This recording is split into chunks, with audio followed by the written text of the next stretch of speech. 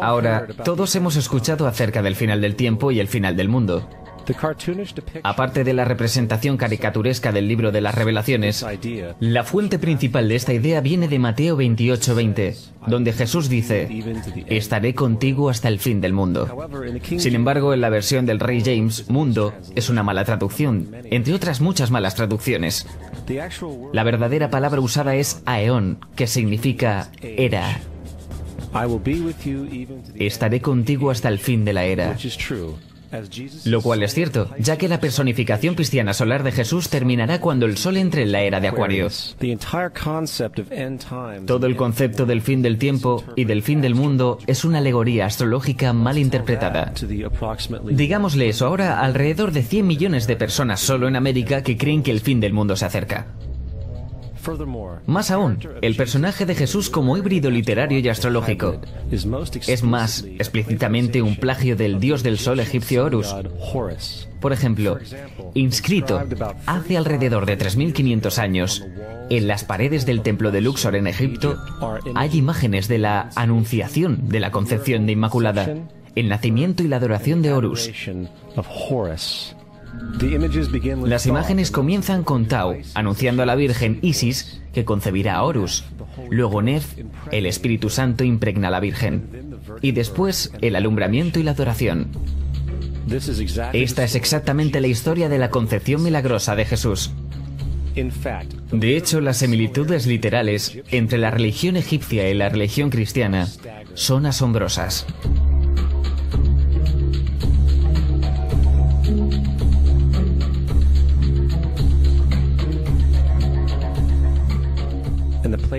El plagio es continuo. La historia de Noé y el arca de Noé está tomada directamente de la tradición. El concepto de la gran inundación es común a través del mundo antiguo, con más de 200 declaraciones diferentes citadas en distintos periodos y etapas. Sin embargo, no se necesita demasiado para encontrar una fuente precristiana en la épica de Gilgamesh, escrita en 2600 a.C. Esta historia habla de una gran inundación mandada por Dios, un arca que salvó animales, e incluso el envío y retorno de una paloma, todos comunes con la historia bíblica, junto con muchas otras similitudes. Y también la historia plagiada de Moisés. Cuando Moisés nació, se dijo que fue puesto en un canasto y dejado flotando en un río. Todo eso para evitar el infanticidio. Más tarde fue rescatado por una hija de la realeza y criado por ella como un príncipe. Esta historia de un bebé en un canasto fue copiada directamente del mito de Sargón de Akkad, alrededor de 2250 a.C. Sargón nació, fue puesto en un canasto para evitar el infanticidio y fue dejado flotando en un río. Él fue rescatado y criado por Aquí, una comadrona real. Aún más, Moisés es conocido como el dador de leyes, el dador de los 10 mandamientos, la ley de las tablas. Sin embargo, la idea de una ley que es pasada de Dios a un profeta en una montaña es también un tópico muy viejo. Moisés es solo un dador de leyes, dentro de una larga lista de dadores de leyes de la historia mitológica. En India, Manu es el gran dador de leyes. En Creta, Minos ascendió al monte Dicta, donde Zeus le dio las leyes sagradas. Mientras que en Egipto estuvo Mises, que llevó las placas de piedra donde se escribieron las leyes de Dios. Manu, Minos, Mises, Moisés. Y en cuanto a los 10 mandamientos, fueron sacados completamente del encanto 125 del libro de los muertos egipcios. Lo que el libro de los muertos rezaba: no he robado, se convirtió en no robarás. No he matado, se convirtió en no matarás. No he mentido, se convirtió en no levantarás falso testimonio, y así sucesivamente. De hecho, la religión egipcia es probablemente la primera base fundacional para la teología judeocristiana. Bautismo, vida después de la muerte, juicio final, nacimiento por virgen y resurrección, crucifixión, el arca de la alianza, circuncisión, salvadores, sagrada comunión, el diluvio, Pascua cristiana, Navidad, Pascua judía y muchas más. Son todo atributos de ideas egipcias creadas mucho antes que el cristianismo y el judaísmo.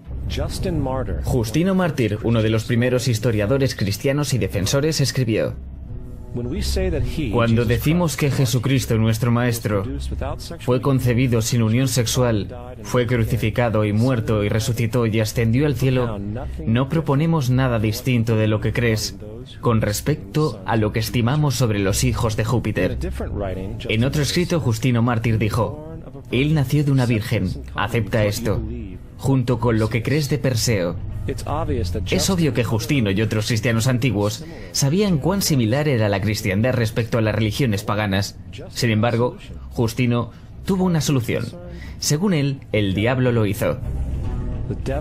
El diablo tuvo la previsión de venir antes que Cristo y crear estas características en el mundo pagano. Cristiandad fundamentalista fascinante. ¿Esta gente realmente cree que el mundo tiene 12.000 años? Realmente le pregunté a uno de estos tipos: ok, ¿y los fósiles de dinosaurios? Me contestó: ¿fósiles de dinosaurios? Dios los puso ahí para probar nuestra fe.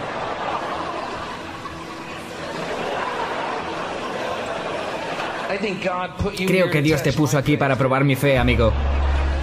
¿Cuál es el camino del arca?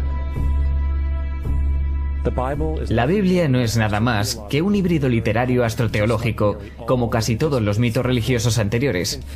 De hecho, el tema de transferencia de atributos de un personaje a un nuevo personaje se pueden encontrar dentro del libro mismo. En el Viejo Testamento está la historia de José. José fue un prototipo de Jesús. José tuvo un nacimiento milagroso. Jesús tuvo un nacimiento milagroso. José tenía 12 hermanos. Jesús tenía 12 discípulos. José fue vendido por 20 piezas de plata. Jesús fue vendido por 30 piezas de plata. El hermano Judas sugirió la venta de José. El discípulo Judas sugirió la venta de Jesús.